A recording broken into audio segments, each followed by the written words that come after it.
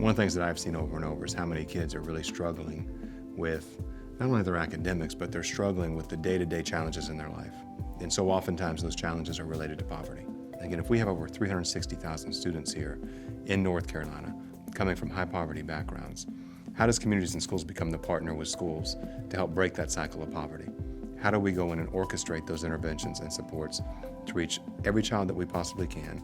Not only just reach them, but reach them at the highest level of integrity with the model that we provide to ensure that we're driving outcomes that are important to that individual child now, and ultimately outcomes that are going to be important to that child long term. The reality is some of our kids, the kids that we work with, they may not have the infrastructure to have that type of support system.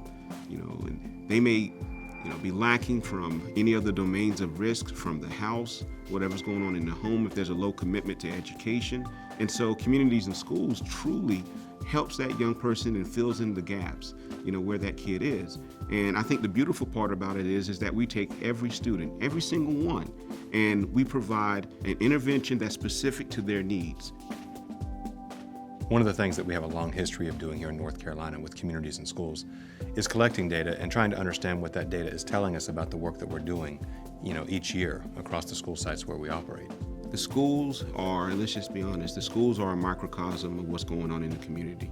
So when you have tightening budgets, schools are going to be reflected in their lack of resources to be able to support our students like they truly want to. It's an environment where there's more and more requirements, the expectations continue to evolve, and as accountability continues to go up, again, the need for additional resources to come into the school are important.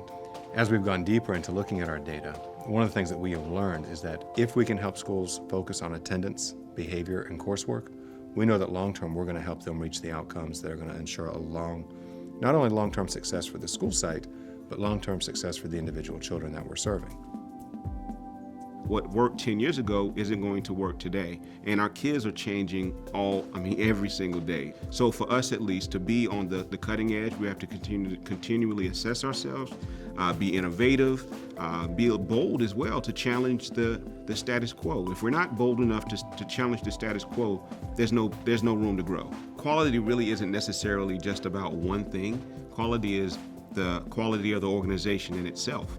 The quality of the service being delivered, the quality of the assessments to identify the specific needs of our students that we're working with, because once we find out and understand the true needs of these kids, then that can help us with getting quality interventions directly for them that we'll know will have the highest impact and results.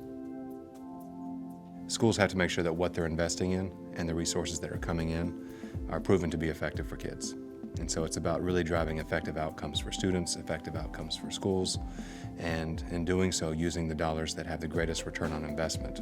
That, to me, is really where we have to go to, is how do we become the most effective partner in schools, partnering in those communities, leveraging those resources to ensure that we're reaching every child that we possibly can at the highest level of effectiveness possible.